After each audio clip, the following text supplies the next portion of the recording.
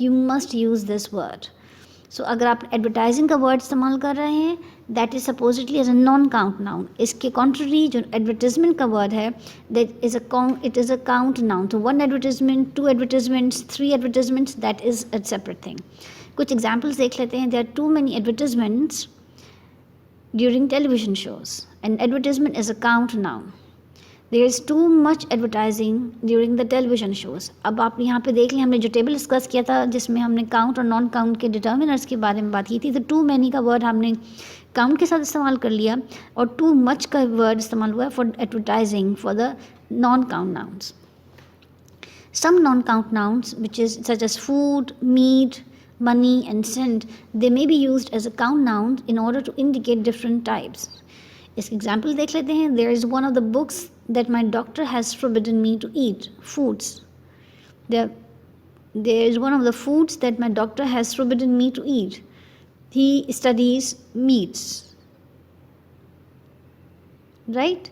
So these are some examples जिसमें हमने non count को स्टडी किया है. The word time can be either countable or non-countable depending on the context of the sentence. When it means an occasion, it is countable. When it means a number of hours, days, years, it is non-countable. So again, the time का जो आपके पास word है, which is a non-count by nature, it can be either countable or non-countable depending on the context of the sentence. जैसे कि countable अगर हम किसी occasion की बात कर रहे हैं, an occasion that happens to be countable.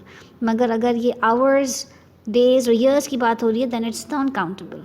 For example, she has been seen late for class 6 times this semester. So this is count, right? She has been seen like 6 times. So this is count.